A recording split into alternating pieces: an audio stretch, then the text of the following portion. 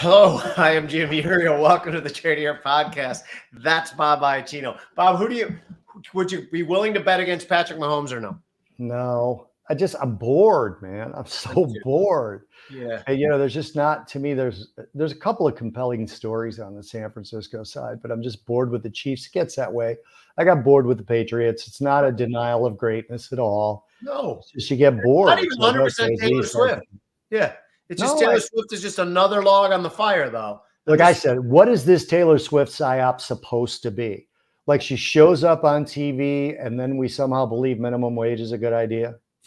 Okay. Do you really want to get into it? Because I have some theories that I could try to convince. You know what? Let's not get into it on this platform. But for all you people watching, contact me because I do have some theories, and I don't think it's a psyop. But I think it's a hunt that if there's a no chance that it's a psyop, well, that's silly too.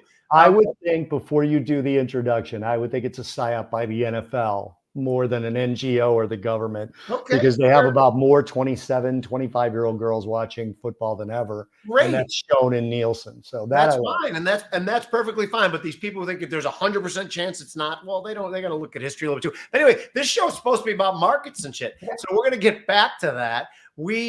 I've said it, I'll say it every episode if I have to. You can think Bobby and I are full shit, but you have to admit that we get great guests, and we have another great guest coming on, Mike Singleton, who is president and CEO of Invictus Research, which, by the way, when Bobby says it, it's true. That is one of the letters I click on first thing in the morning to get my kind of daily dose of sanity and what's going on. So without any further delay, let's bring on Mike Singleton.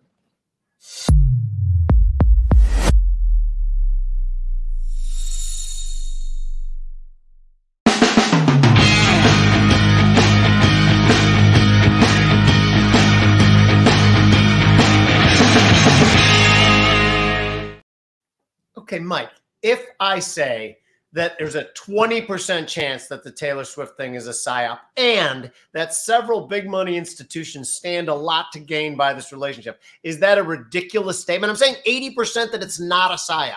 What do you think? No, I mean, incentives drive everything, right? We know viewership is up. Someone's profiting off of that. So it makes sense that there are people behind the scenes planning it out. Yeah, Mike's going to give us a 3-month annualized chart of what Taylor Swift and this is where Taylor Swift came in. Right? Yeah. How are you, Mike? Has anything changed in as far as hair care product goes, or are you still the same? It's funny. I actually just got a haircut right before this show because I wanted to look sharp for you guys. You do look sharp. You look very sharp. I have a friend trying to tell me that I color my hair. Does this look colored to you? I'm gray as shit. By the way, can I read our disclaimer?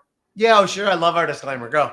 It's our new disclaimer, and until Tradier, who's a respectable company, decides I shouldn't read it anymore, I'm going to read it. It's our 3-part disclaimer. Nothing we say should be taken as financial advice or as a recommendation to do anything. Every opinion we express collectively or as individuals belongs to us and no one else. Not to anyone sponsoring us, not to anyone presenting us, producing us, in a room with us, or appearing on one of our shows. That's you, Mike. They are opinions. Any figures or data we provide represent our past performance, either individually or collectively, which is, of course, never an indication of future results. On the data side, we use what we consider to be reputable sources.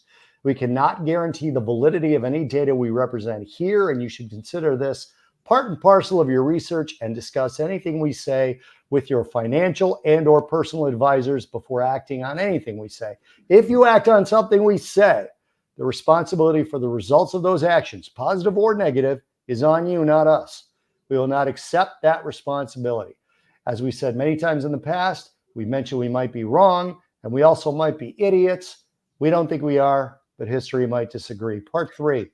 Sometimes we cuss and we use what many consider to be offensive language. If you're easily offended, we preemptively apologize and suggest you stop listening. We use this kind of language because that's how people talk in the real world.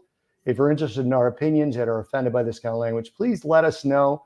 We'll do our best to accommodate you by using softer language and replacing cuss words when possible. However, we will most likely fail at this. Mike, are you offended by cuss words? No, that was a real fun stopper. Yeah, that was total fun stuff. The rest of the show's going to suck now. The rest of the show is awful. So, what do we want to talk about? The stock market march is on. I have a list of things for Mikey. So if you want me to, I mean, I wanted Mikey on I'm 2 weeks I'm ago. not feeling great today. You guys got to cover me a little bit. Well, I wanted Mikey on 2 weeks ago because I just started taking notes on some of his stuff. So, Mike, I want to ask you first and foremost, you are sort of a, I don't want to say proponent because you don't believe things. You just do your analysis and you kind of go with the flow of what your analysis points you to, correct? Right. And you think the highest probability, although not a high probability, is the reflation narrative, right? I would say it is a high probability at this point. Okay, I think can you explain what that means and how you come to that conclusion of reflation? Sure. So reflation means faster growth and faster inflation. That's how we define it at Invictus. How do we get there? So I would say that the economy was broadly deflating, and our expectation was for deflation basically through December. The markets front ran that a little bit, but our expectation was for deflation. And you could see that in the data. You could see that particularly in interest rate sensitive parts of the economy, right? The housing market crashed. The manufacturing economy was essentially recessionary. Obviously, the reason that we have 2% PCE headline inflation and core PCE inflation is because durable goods are deflating at 4 or 5, 6%, and energy has been deflating. So you were seeing deflation prior to December, and then in December the Fed kind of pivoted, right, and said, well, I would explain the pivot by just saying I think the Fed went from hawkish to not high, maybe even easy. I mean, when I listened to that December FOMC meeting, I thought, wow, it sounds like Chair Powell is saying to buy stocks because this is the most dovish I've heard him in 2 years. And the markets reacted to that. Interest rates declined sharply, financial conditions eased sharply, and that has a real impact on business behavior and economics and financial markets. And in short, it tends to be reflationary. It tends to be stimulative. And so the economic data since then has been mostly acceleration. We expect that to continue. And it's not just about the Fed. The private sector was already showing signs of what I would call stabilization before that. And of course, it's not just about the Fed because you also have to think about the federal government. And the federal government is planning to increase spending in 2024.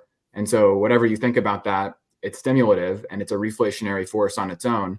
And so, you look at the weight of the evidence, you look at the way that the data is trending, you look at what markets appear to be signaling, it looks like reflation to me.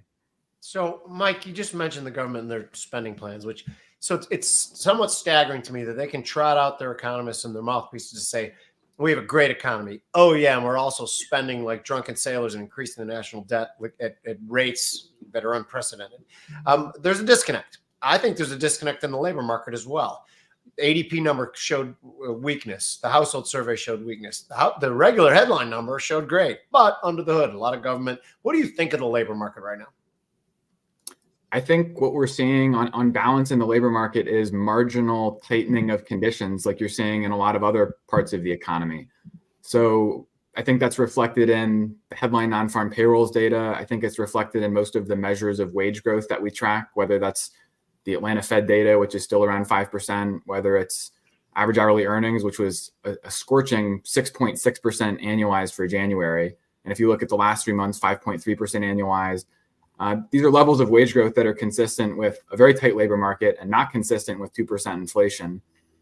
You could pick parts. You could certainly pick different data points on the labor market that are less positive, right? Hours worked declined by 0.2 hours, which doesn't sound like a lot, but that's a big drop in weekly hours worked. The household survey has been much softer than the establishment survey. We know that, but you have to take the weight of the evidence into consideration.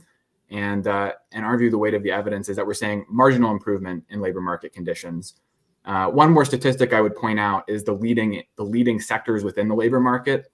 So think trucking, residential construction, manufacturing, temporary payrolls. This is where we saw most of the weakness, most of the weakness over the last year or so. This was the labor market activity that was consistent with deflation. That hiring activity in those sectors troughed in October when interest rates were highest and financial conditions were tightest. And since then, we've seen improvement in December. We've seen improvement in January. And, those are the leading sectors. So if we're seeing improvement there, then I think that the odds are the headline data probably continues to improve as well. I don't think that means 350,000 jobs a month for the next 12 months. I think that would be a little bit unrealistic. but I think that we could still see above potential growth for at least the next 6 months and possibly the next 12 months. So what does that mean? Maybe 200,000 jobs a month. I think that would be a pretty significant upside surprise to most economists right now. So today, Fed Governor Adriana Kugler spoke, and I have her whole speech up in front of me. I was reading it, but the part that struck me the most was she said that risks are balanced.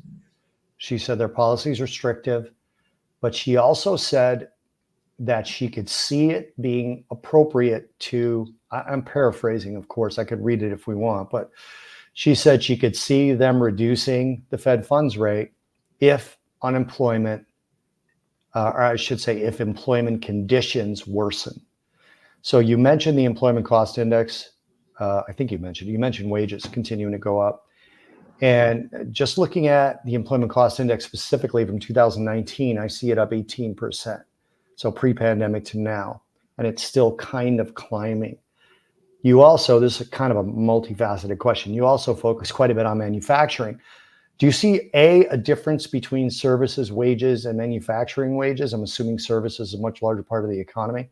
And number two, when you talk about the labor market still performing fairly well, how does that square with somebody like Raphael Bostic or Neil Kashkari, who says they could see a couple of rate cuts being appropriate? So that's a lot. Yeah, that was a lot. That was a lot in one question. Maybe I'll start with what you began with. You know, could the Fed is policy restrictive now? I think that's a good place to start.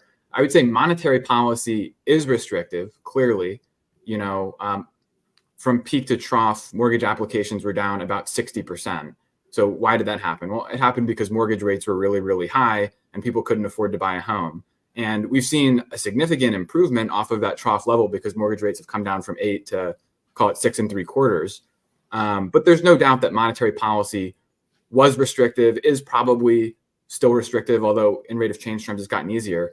But what no one at the Fed will acknowledge is that fiscal policy is highly stimulative. So if you consider the federal government and the Federal Reserve together, they've got one foot on the accelerator as fast as they can and one foot on the brakes as hard as they can.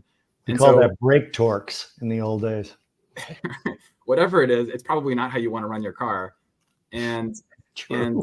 So I think that the risk for the Fed is that they take their foot off of the gas in terms of monetary policy. And look, I think that they probably will, right? That's what they're signaling. There's probably enough negative momentum in the PCE data that it doesn't alarm them for at least another couple of months. And so let's say they cut 3 times, like they're saying that they will by the end of 2024. You know, let's say the labor market remains tight or maybe tightens up marginally. That's kind of our base case, given that we're running almost a 7% fiscal deficit. And durable goods and energy inflation normalize. Well, I think that means that headline inflation and core inflation are going to start to trend back up toward 4%. You're going to start to see the headline data and the core data start to look more like what we're seeing in services inflation. And so on the one hand, you could say policy mistake, and it is a policy mistake in the sense that I don't think the Fed will be getting inflation durably back down to 2% in that scenario. But it's not a policy mistake in the sense that it's bad for markets, because in the period leading up to that, it probably will be quite good for markets. So even though it's bad and inflation faster sounds bad, I think that you probably want to be buying stocks ahead of it. And, you know, you don't want to let the fact that inflation will run hot and probably hurt people influence, your portfolio allocations, because as an investor, it probably will turn out to be pretty positive. So there's something that we want to tie a couple things together. A year ago, March, SVB bank collapse, Signature Bank as well. And the Fed, without even batting an eye, started buying bonds for par that were not worth par. In my mind, that is QE. Their balance sheet shot up, right? Okay, now we're looking at 2024. And as you said, the government is spending money almost inexplicably. They're issuing bonds, and they've been issuing them mostly on the short end of the curve, where the money that's still left in the reverse repo market is sucking up the treasuries, right? That ends in June. My base case is that when they start selling bonds further out the curve, realize that the rates that people are willing to buy them at is not quite what they think, and then the Fed steps in to buy them. I think it starts perhaps a dollar decline, and then things like gold, silver, Bitcoin, stocks eventually, but not right away, could do really well. Does that fit in with what you're saying as well? Yes. So I think that bond market volatility will be contained until around the middle of the year, maybe a little bit later. Basically because of what you just said, right? The reverse repo facility still has about $550 billion in it. That's kind of a cushion in terms of what Treasury Secretary Yellen can issue without affecting, call it the 10-year note and financial conditions. So we think that the Treasury has enough wiggle room to keep bond market volatility contained for at least 6 months, maybe even a little bit longer than that, maybe through September. And then you start to think, well, if she can get bond market volatility to remain muted through September, that's pretty close to the election. Will she find another tool in her toolkit to keep it muted through the election? I think the answer is very possibly yes.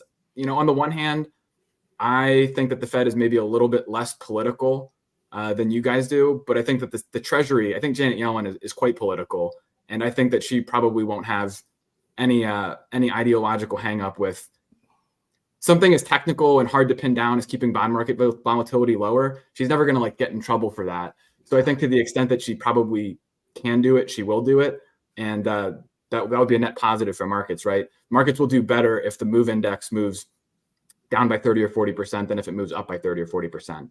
Eventually, though, that's not a long-term fix unless the Fed can step in, right? And so there's certainly a scenario in which case, the Treasury runs out of wiggle room, the RRP draws all the way down, the Treasury has to start issuing more coupons. You see bond market volatility spike up. You see the 10-year break out above 5%, and that would be a pretty bad outcome for stocks. But I think that Secretary Yellen and just the incumbent administration in general is highly incentivized to avoid that outcome through November.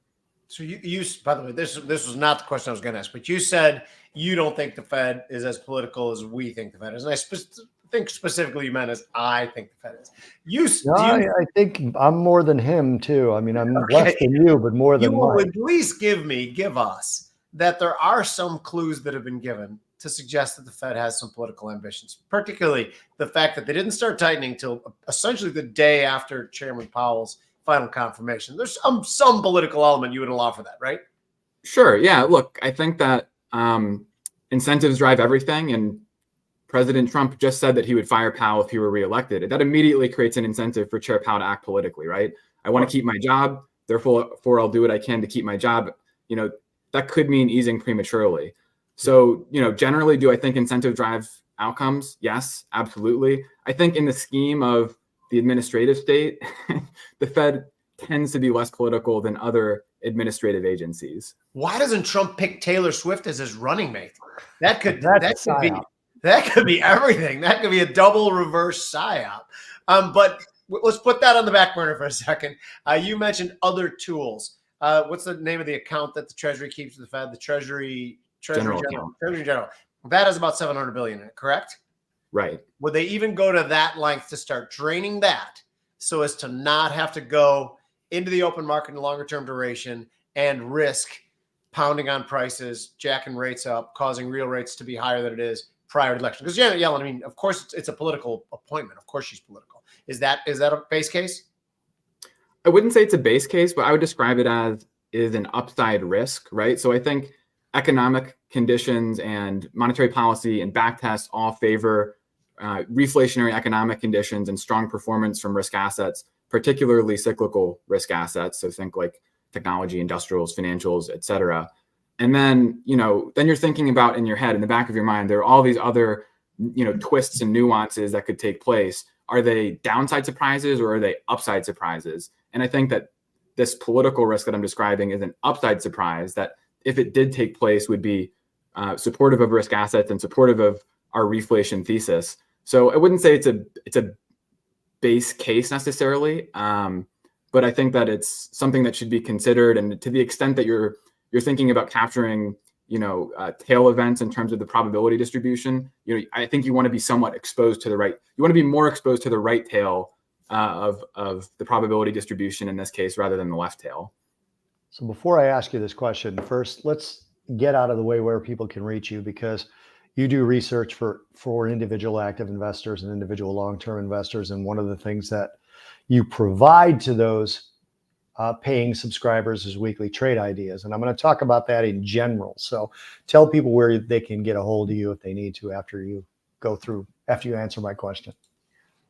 Yes. So invictus-research.com is our website. That's where we have the Daily Edge, which is kind of our flagship product, the weekly trade ideas, the monthly market outlook.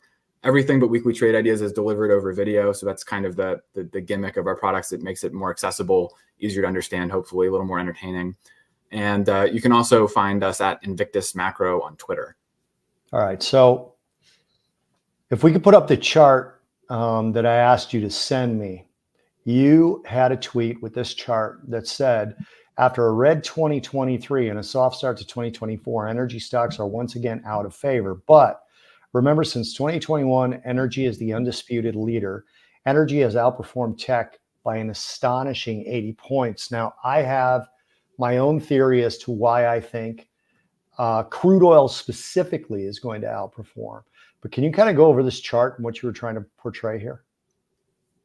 So we're, like I said earlier, we're reflationists at Invictus. And if you look historically at economic regimes where growth and inflation are accelerating together, the best performing US sector historically is energy. And that includes that includes the period between 2010 and 2020 where energy was just a dog. So what that tells us is the regime that we're in right now is a regime where we want to be looking for opportunities to buy energy stocks, not sell energy stocks short. And I am personally amazed at just how fast sentiment has reversed on energy stocks. I mean, no one is interested in buying or talking about energy stocks right now, despite the fact that energy was the best performing sector in 2021 and in 2022. And presumably the reason is, finishing 2023 in the red when the market was up 20-some%, Sure. It was just a losing allocation choice in 2023. That said, our expectation is as the economy reflates in 2024, energy is probably going to be one of the best performing sectors again. I also think that technically the setup for energy stocks is quite appealing here. If you were to look at a price chart of XLE, the energy stock ETF, right around, I think it's $78 a share is the old 2018 high. The market has shown a lot of respect for that level for many years, for multiple market cycles. I think that support probably holds. Your risk is very well defined. We think energy could hit a new cycle high from here. And look, I also think you mentioned crude. I think crude outperforms too. And I'll also say that through regimes where energy is where inflation is accelerating, crude oil, the commodity, has a higher beta to inflation than even energy stocks. So through a lot of inflationary regimes, crude oil, the commodity, actually outperforms the energy stocks. So I've been working on something, kind of swirling around in my head and looking at data and things like that. And Jimmy and I don't remember who else it was, but a couple of other strategists / economists that we've had on the show have remarked that lower gas prices is actually stimulative. And in your note this morning, you talked about how, or it might have been this morning, might have been yesterday morning, but how energy prices leads directly into the pricing mechanism to increase prices. Now, am I missing something? Is it the difference between crude oil prices, say, and gas prices represented by the crack spread? Or is it the difference between, or is one of us wrong on that? I'm trying to figure out what rising oil prices and rising gas prices does to the economy in your view. So it's kind of, it's not super, it's kind of a complicated question. It depends on why oil is rising and whether it's, stimulative or not stimulative. I would just say, like, when economic growth is accelerating and the consumer is spending more money on, buying a new car, buying a new, set of furniture, buying a new house, buying more cosmetics at the grocery store. Crude oil is an input into everything that I just named. And so that means more demand for crude oil as an industrial input and other refined products made out of crude oil as well. When you move the demand curve out, that always puts upward pressure on price. So, higher oil prices is consistent with improving economic conditions. I will say, so when does declining gas prices, declining oil prices tend to be stimulative? Well, it's most stimulative when it's a supply-induced decline in oil prices, right? Like, what's the best thing you can do for any economy? Give it cheap energy, right? So, it is very stimulative when when the price of oil is going down because supply is increasing. That's a good thing. That's stimulative. When the price of oil is going down because no one's spending any money and the economy is tanking, obviously that's a bad thing. So you have to sort of make a distinction between why oil is going up and down. So it's nuanced, is what you're saying. A little bit.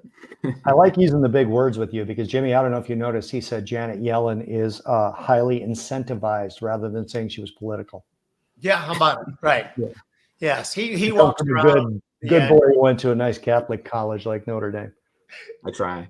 yeah. The kid who, by the way, my son-in-law to be, my daughter's getting married to a Notre Damer. We talked about him the first time we were on. I think you said the name sounded familiar to you, Kevin McNally. It does. It sounds. It does sound familiar. When's the? Well, I don't know if you want to say on the podcast, but congratulations. That's exciting. Thank you so much. Yeah, I'm usually pretty open. She's getting married in August, but yeah, right. So, All so right. we had a 10-year note auction today. Jimmy, what 2.56 maybe bid to cover or something like that? I did not see the details of the 10-year. Okay, so what I saw was 2.56 bid to cover, 70% indirects, somewhere in the range of 17% directs. So literally 13%. Dealers are only left with about 13%. Oh, it looks like we lost him. Oh, there he is. Looks like he went to only about 13% was left with the dealers. The dealers were only stuck with about 13% of it. I think it was a 409 coupon, somewhere in that range. So it was a fairly strong auction in its totality. Now, you talk a lot about why the 10-year matters more than really any other part of the curve for the general economy. Or am I misquoting you and you saying it matters more for equity markets? Which is it and why? So I think it's both. I think that the 10-year has a pretty immediate impact on financial markets. That's reflected in the discount rate on stocks.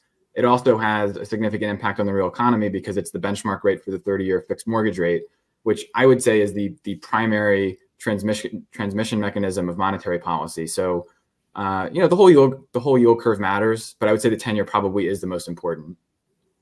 So do you see it as a fulcrum for the yield curve? Or do you see it as like, so if somebody we're mostly equity traders talking right here, right? Talking to equity traders for the most part, who I think we get a little bit in the weeds when we start talking about the yield curve and why it matters and this and that. So do you see the 10-year as sort of the fulcrum, or if somebody is trying to incorporate bond yields into what they do from an equity standpoint, what would you tell them? Well, I think there's an expression that I've heard some old traders use. There's bonds in your stocks, which means that changes in the 10-year affect how your stocks perform. And it depends on which sectors and style factor risks you're looking at if you're looking at how it affects your different stocks. But I think that I remember before I was interested in macroeconomic investing, I was a bottom-up investor. I was a bottom-up analyst at a firm. And I really liked analyzing company balance sheets and competitive positioning and management teams and analyzing management incentives and all of that. And it was great training. And I really don't have anything negative to say about it, except that, every day I would wake up and I would look at my, trading account and I would see this stock was up and this stock was down. And I would have no idea why anything was moving any which way on any given day. And I think that's what most people are taught when they go to college and they take finance classes. They get taught the random walk theory. And so short-term price action is completely random. Even intermediate-term price action is completely random. And, it's not even worth spending any time thinking about it. And I think that mindset leads to a ton of frustration and confusion. And, the old story from Benjamin Graham about Mr. Market kind of perpetuates that kind of thinking, right? The market is really irrational, and you, the investor, you're the rational one, right? You have to be the one to impose order on the market. And I think that's a very destructive mindset because you become very closed-minded. You don't ever learn anything from the market. And if you looked at something as simple as, the correlation between the 10-year and price earnings ratios, or the performance of stocks versus the ISM manufacturing PMI, you would know that markets aren't random. There's a reason why they trade the way that they trade. There's logical economic relationships underlying all of these things. And so, the 10-year is one of the most, I say that there's three things that matter in macro. There's growth, there's inflation, and there's monetary policy. If I only had one indicator to look at as a reflection of monetary policy, I'd probably choose to look at the 10-year. Can I just get in for a quick question here today? Yeah. If you're watching this live, when we're recording, but if you're watching it another time, today is Wednesday the 7th. So earlier today, when New York Community Bank was just getting hammered, they halted trading on it. people rushed in and bought all the curve. Rates went down, low, not substantially.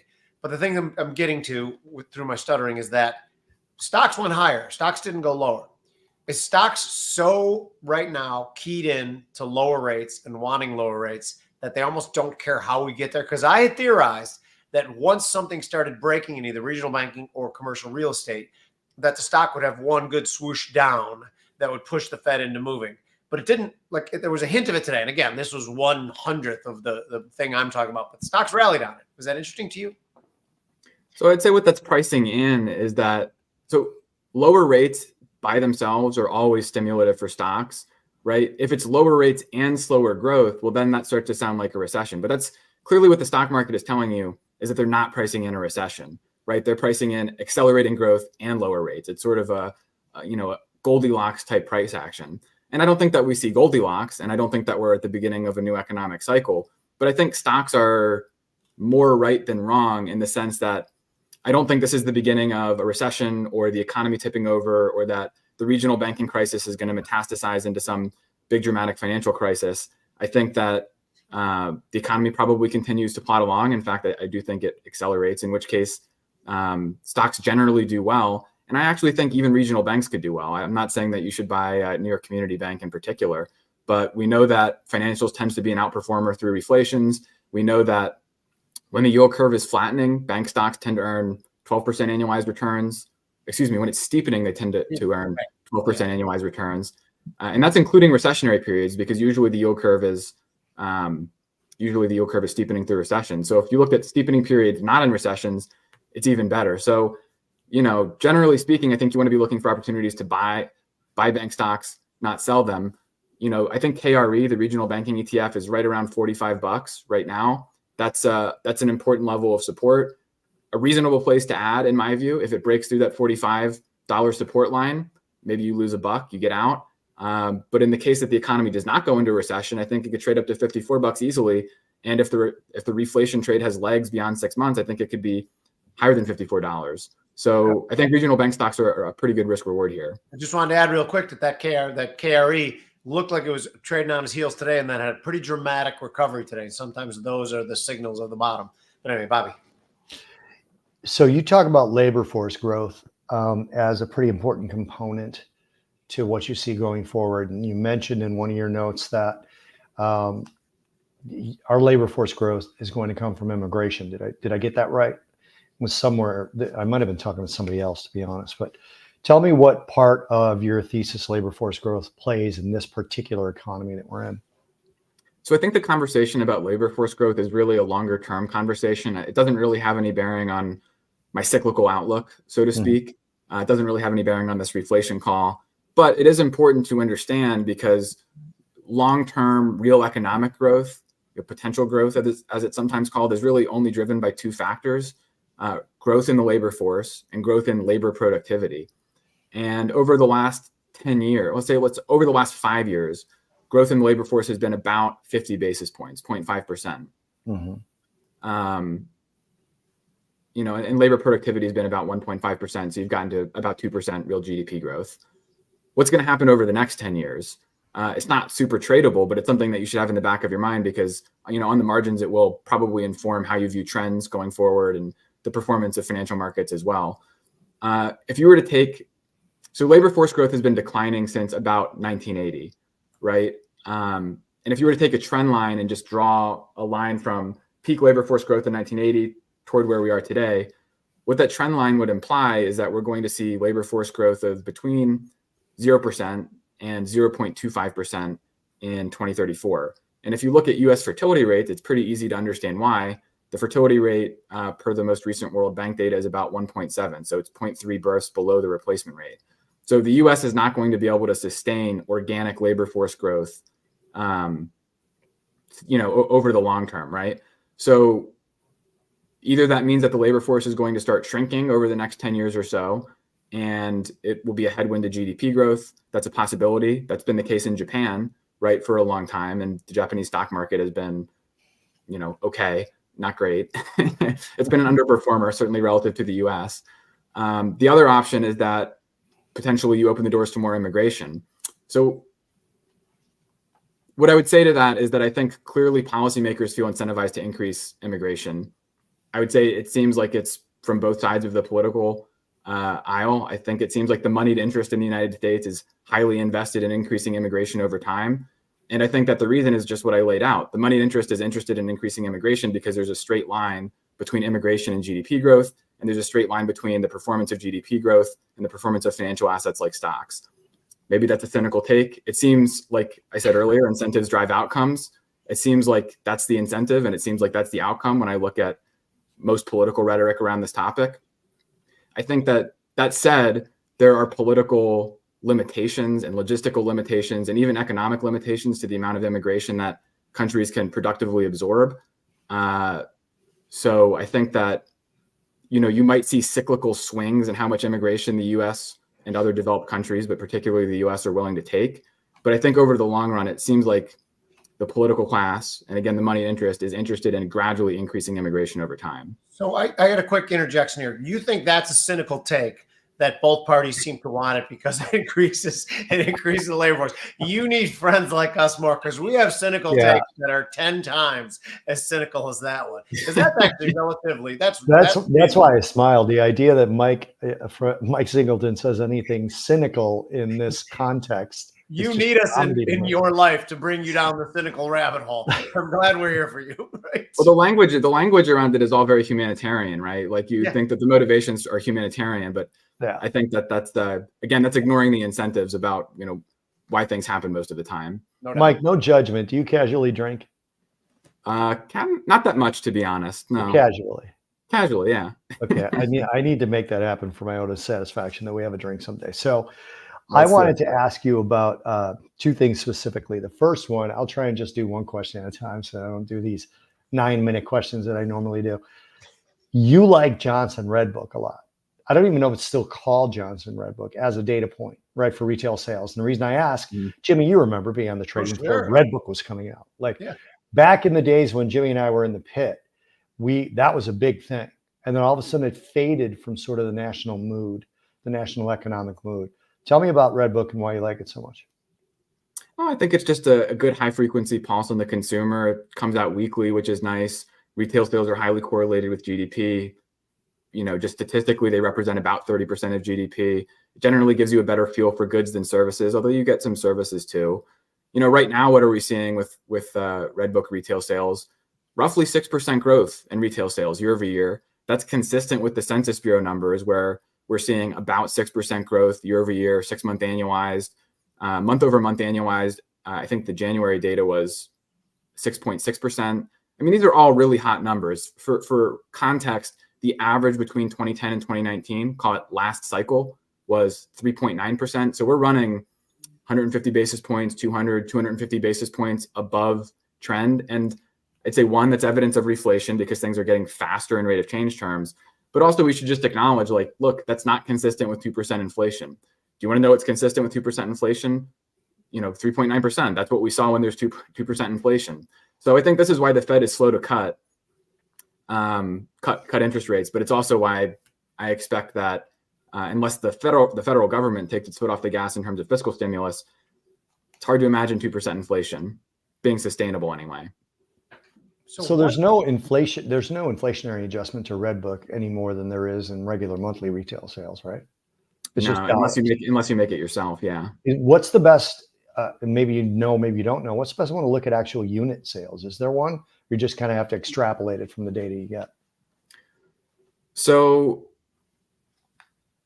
I don't generally look at.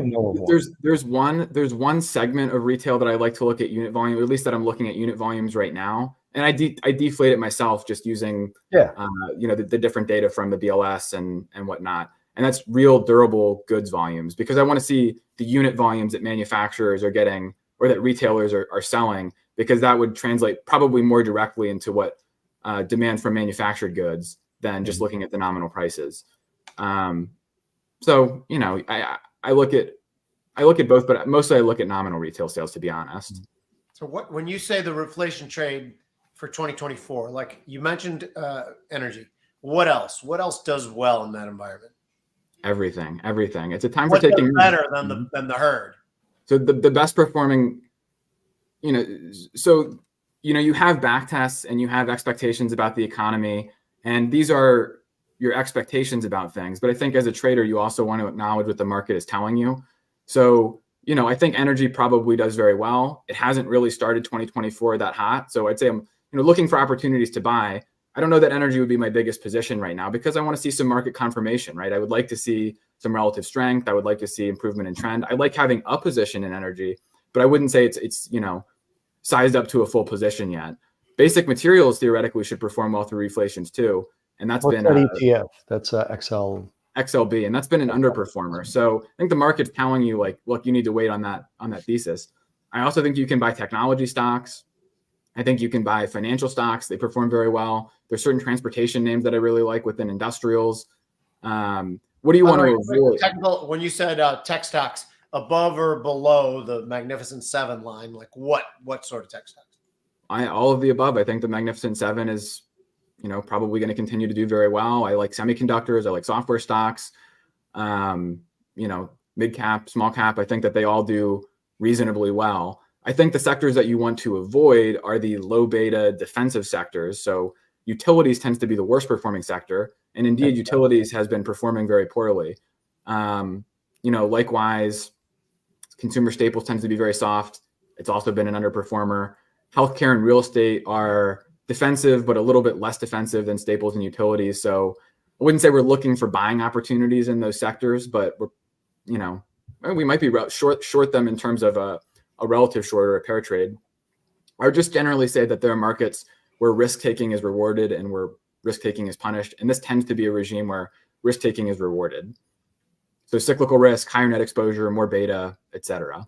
I really like the XLB chart if we can get a breakout of the February 1st highs. It's got to break out to the upside first, but the XLB chart for me on a daily basis is the kind of setup I look for. So it's interesting because I do trend lines slightly different than the traditional way, and it's based on about 25 years of research. But trend lines for me need an initiating point and a defining point, and that's all they need.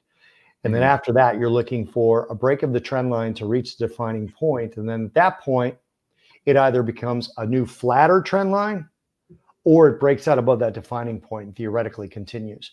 There's a lot more that goes into it. And the defining point for this short downtrend in XLB happened on the high on February 1st. And the initiating point happened on the high of December 27th. So if you draw a downward sloping from those two highs, okay, if we close above the trend line, the first target is the defining point. Often it goes to that and then fails. And all that does is then create a new flatter trend line, which means that, it didn't break up, but the downtrend is weakening in theory, right? From a technical perspective. So, I like this chart, the way it's setting up. And I've been using that. I mean, it's not the only thing that makes a setup for me. But when there's a trend line, it's very easy for me to say where a breakout is complete and where a breakout is a head fake based on those trend lines. I shouldn't say easy, but it gives me comfort. Do you have a price target? What's that? Do you have a price target? Do you have a feel for where it could go? Yeah, I do. So actually I can tell you the exact level right now, and then I would go to a risk reward. So the first thing I do is find my stop level prior to doing any of this, and I don't have that right now. The short-term risk target for me for the XLB, if we got closed above the February 1st high, would be about 85.39. That would be approximately where it would be. And there's a reason for that as well. Okay. But it would not be a straight line there. I mean, how often do markets just go from here to here unless they're NVIDIA? Or who makes Ozempic? That's the other one. Novo Nordisk.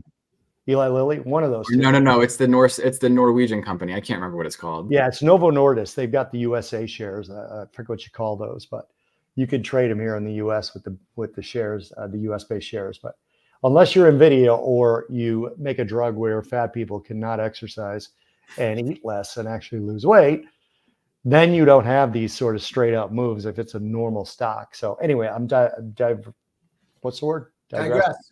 Digressing. You talked about inflation, and I want to go a little bit away from stocks, and then I will come back to stocks before we close out. But you're a macro guy, so you have an opinion on this, whether you want to say that this is what Invictus is saying or not, I don't care. But we have these two sort of dichotomies of the stock market's doing well. we're all three long stocks. I know Jim is, I am. Whether it's in longer term holdings or whether you've actually got an active trade on, I don't care. And I was looking at this today because I had a TV spot with Scott, Jimmy, and food CPI from 2019, food only is up about 25% from December 2019. Fertilizer, down 33% from a year ago, down 75% from the cycle peak, but still up 60% from December 2019. Labor, about 18% maybe from December 2019. Is it gaslighting for people to say, when people are saying prices are coming down, so why am I still paying more? Do they just, I hate to say that people don't understand things, because nothing drives me crazier than Paul Krugman coming out and saying, you people don't understand what's going on in your own life. Look at the data. So is that what they're doing in your mind? And again, you could say that this is not what you do. I don't care. But is that what's going on? People are just going, it's not how it used to be, and they're still going up. Like rate of change, markets react. How do consumers react? Relative to their own expectations. So, I mean, I think if you looked at the chart of real disposable income, which is what most people, it's a combination of basically wage growth and employment. It's what most people care about. It's going up, but it's well below its trend. If you were to measure its trend from any prior period, so 2009 to 2019 or 2016 to 2019, we're well below trend. So I think, one way of interpreting that is everyone is doing worse than they thought they would do a few years ago. And that hurts. And I think that sometimes economists can get very stuck in the numbers, and they can get very short term, like, look what's happening month over month. And I do that too. But you also can't forget that that's not how normal people think about things. And I think if you ever are running out of things that don't matter for the stock market, put this in there, because I think people need to understand. I'm sorry, not people, but guys like us, and I wouldn't say the three of us, but guys in our world need to understand that the everyday person is still struggling quite a bit. And watching people say inflation's down, why is my McDonald's meal still $18? It's such a silly thing, because it's not down, it's up less. Right. I remember from, I think it was July of 2021, inflation, it was 0% month over month, but it was up like 8.5% year over year. And President Biden was trying to tell people that inflation was flat. And like, I know that one of his staffers told him it was up 0% month over month. And he was trying to communicate that, but he couldn't. And it was also just not a good political point, because that's not how normal people think about things. They're not, they're not measuring their groceries month over month and then, reporting in the University of Michigan survey that they feel better about that. What they're experiencing, what they're feeling, and what they're thinking about is prices today relative to a year ago, relative to 2 years ago, 3 years ago, how they're living relative to their parents. That's sort of the triangulation that most people are made. It's much more complicated than month over month annualized and all these simplifications and shorthands that economists use. That is not how normal people think. It's also why they say shit a lot. By the way, I feel like the old David Letterman shows, because I write on things like these. I write notes, and then I go like this after I throw them across the room after. I'm pretty sure that's where Dave Letterman got that. The last market-based question I have for you, honestly, and we got about 7 or 8 minutes. You can go on as long as you like. Jim and I both are long gold. And I know that in this morning's note, and I really recommend most of you tell people where to find you again, because if there's any sort of a way that you could take a look at what Mike does, where can people find you again? Invictus-research.com. Okay. You don't want to buy gold here. You think copper is going to outperform it. And I'm not disagreeing with you. I want you to explain to people watching now why that is, because I'm long gold. I like gold. I like gold for the pivot. I like gold for the conspiracy stuff that I like. I like gold for world chaos. I like gold for a lot of reasons. But I agree that the chart itself, while it's holding in, I'll give you something that Jimmy and I talked about earlier. December 4th, when the gold futures made that spike high up above 2150 and change, the 10-year settled at about 428 that day. And then the GLD made a high somewhere above 193. I don't know exactly where, December 27th. And the 10-year was at 379. I call that holding in. Like, it's not running away, but it's holding in when it maybe shouldn't. But I agree with you on the chart. So give us your gold versus copper thesis. So And this we're is what not I would gold say. bugs, by the way. We're not gold This bugs. is this is what I'd say about gold as a standalone trade. I think that on a technical basis, I don't like buying things right underneath resistance. I think, I've certainly done that on accident. I've done it trying to get cute on purpose, and it's just a recipe for headaches. And I generally don't like that strategy. So until it breaks out above 20.50 an ounce, I'm not super interested in a standalone trade in gold, really, for any reason. I'll also say economically, I like gold for all of the reasons that you described too. But when the economy is accelerating, generally speaking, you want to be participating in that acceleration, right? You want to be buying businesses. You want to be buying risk assets. You want to be buying, banks and industrial companies and technology stocks and whatnot. Not only does that make sense economically, but it's also pretty consistent in terms of the back tests. If you are a commodity investor in particular, I would say you probably want to be looking at base metals or industrial metals instead of precious metals, because that's the commodity way of participating in a growing economy. So that means copper, aluminum, tin, steel, zinc, lead, and so on and so forth. If you were to look at a ratio of base metals to precious metals, it looks almost exactly like the ISM manufacturing PMI, which is to say it looks almost exactly like the growth cycle, which is to say when growth is accelerating, you pretty much always want to be buying, risky cyclical industrial metals instead of precious metals, which are really more of a safe haven asset. So here's something else. There are some people to whom that answer is really intolerable. I actually do think that there is a good long gold trade here, but it's not long gold on its own, and it's not long gold versus base metals. It's long gold versus treasuries. I think you could make the case that comparing gold to stocks or comparing gold to base metals is really apples and oranges, and it's just a conversation that doesn't make any sense. And what you really should do is you should compare gold to its real alternative, which is really treasuries. Yeah. Treasury price or yield? Right. Sorry? Treasury price or yield when you're talking about that trade? We would do that in futures. So people buy. He's saying they're either buy treasuries or you buy gold. So he's talking price. Right? Yeah, right. Oh, I want to store a value, right? I'm worried about the future. I'm worried about inflation. I'm worried about geopolitical risk or whatever. I want to, upgrade the quality of my portfolio. Do I go to gold or do I go to treasuries? And I think that the ratio will tell you what people are doing. Right, exactly. And I think that there's a very good case to be made. You should be going long gold and short treasuries. Say short the 10-year note. I'd say the nominal 10-year note, not the tips yield, although I expect gold will outperform the 10-year tips as well.